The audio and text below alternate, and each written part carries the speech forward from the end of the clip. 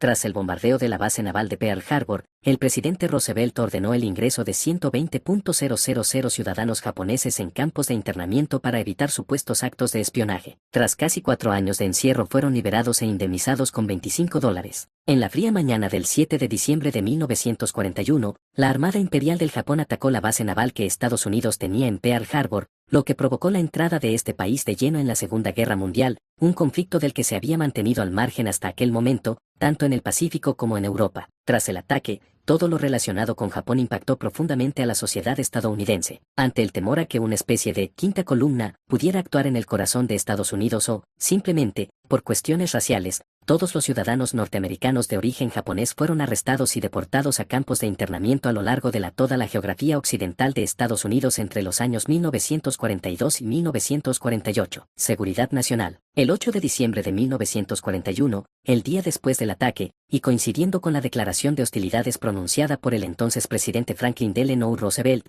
las autoridades decretaron las primeras medidas en contra de los ciudadanos japoneses. Se emitió un edicto presidencial cuyo contenido segregaba a los ciudadanos de origen japonés, alemán o italiano del resto de la población autóctona. Las palabras del presidente no dejaban lugar a dudas: todos los ciudadanos, moradores o sujetos de Japón, Alemania e Italia mayores de 14 años que estén en Estados Unidos y no posean la nacionalidad, podrán ser apresados, retenidos, encerrados o expulsados como extranjeros enemigos. Aquella directiva desencadenó un torrente de odio racial que afectó a una ciudadanía muy impactada por el ataque japonés a la base naval de Pearl Harbor. Un ejemplo de ello son las declaraciones del gobernador de Idaho, Chase Clark: los japos viven como ratas, se crían como ratas y actúan como ratas. Aquí no los queremos. Todos los ciudadanos, moradores o sujetos de Japón, Alemania e Italia mayores de 14 años que estén en Estados Unidos y no posean la nacionalidad, podrán ser apresados, retenidos, encerrados o expulsados como extranjeros enemigos. A estas muestras de odio se añadieron ciertos actos simbólicos como la retirada de productos fabricados en Japón y la tala de 3,000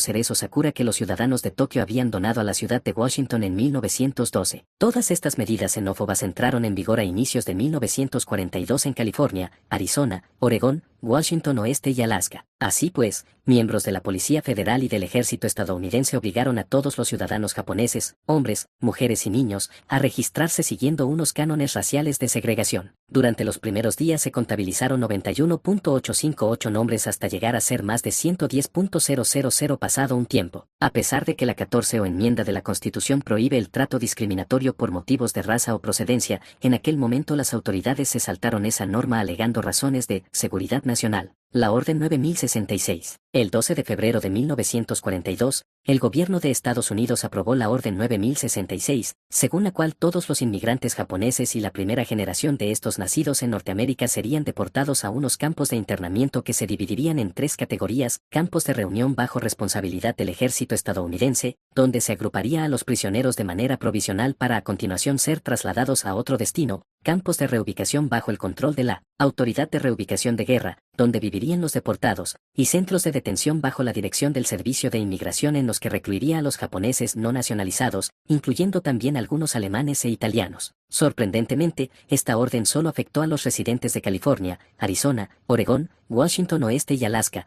pero no a los de otros estados como las Islas Hawái. La comunidad japonesa era el motor económico de la región y detener a este colectivo hubiera significado colapsar la maquinaria financiera de todo el archipiélago. La Orden 9066 solo afectó a los residentes de California, Arizona, Oregón, Washington Oeste y Alaska, pero no a los de otros estados como las Islas Hawái. Los campos de reubicación para americano-japoneses fueron un total de 10: Manzanar, Tule Lake, Poosten, Gile River, Topaz, Minidouke, Granada, Earth Mountain, Broward y Jerome. Los presos considerados potencialmente peligrosos fueron trasladados a otros campos ubicados en Arizona y Moab, en el estado de Utah. Una semana antes de proceder a la detención de estas personas, se les concedió un tiempo para desprenderse de sus pertenencias o malvender sus muebles, hogares y bienes, a excepción de sus cuentas bancarias que eran congeladas. Transcurrido ese periodo, la Policía Federal o la Policía Militar del Ejército realizaban redadas contra estos ciudadanos, a los que se incautaban armas en caso de que las poseyeran. En una ocasión se expropió un arsenal de 2.592 pistolas y fusiles antes de que los deportados partieran a las tierras del oeste americano. Aproximadamente fueron un total de 113.605 los ciudadanos japoneses deportados durante la Guerra del Pacífico. Las fotos de la vergüenza. Manzanar es uno de los campos más conocidos. Este, a diferencia de otros levantados en terrenos pantanosos, estaba situado en un erial en la ladera oriental de la Sierra Nevada de California. Su emplazamiento lo hacía un lugar terriblemente duro, con temperaturas extremas todo el año. En invierno el termómetro no subía de los 0 grados y en verano no bajaba de los 50. El viento soplaba con tal fuerza en el campo,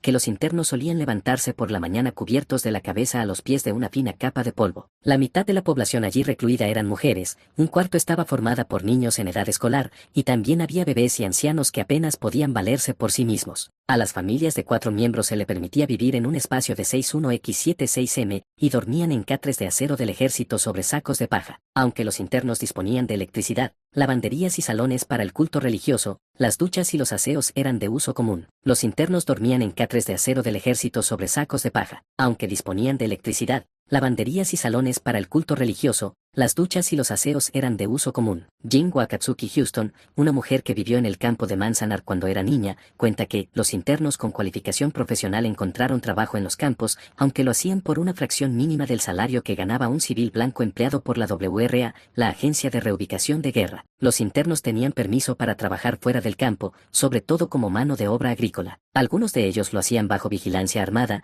mientras otros contaban con cierta autonomía. Sin embargo, todos debían llevar carnés que les identificaran como prisioneros del campo. Un fotógrafo profesional llamado Torio Miyatake documentó Manzanar en secreto consiguiendo introducir una lente y un soporte en su interior para, posteriormente, y con la ayuda de un carpintero, construir el resto de la cámara. Miyatake fue descubierto y su cámara confiscada, pero el director del campo le permitió seguir tomando fotos. Gracias a ello, el fotógrafo pudo tomar unas 1.500 instantáneas que documentaron la vida en el campo durante sus más de 3 años en reclusión. Desestructuración familiar. Disparad a quien intente huir. Esa fue la orden que recibieron los soldados cuando registraron algunos incidentes en los campos debido a las malas condiciones de vida imperantes. Allí, la tensión, la sospecha y la desesperación eran la norma. El caso más grave fue el motín que tuvo lugar en el campo de Manzanar, donde las tropas norteamericanas abrieron fuego contra los internos matando a 135 personas. A pesar de esto, y a medida que la guerra iba avanzando, el gobierno permitió que algunos de los internos se alistaran al ejército previa firma de un documento de lealtad.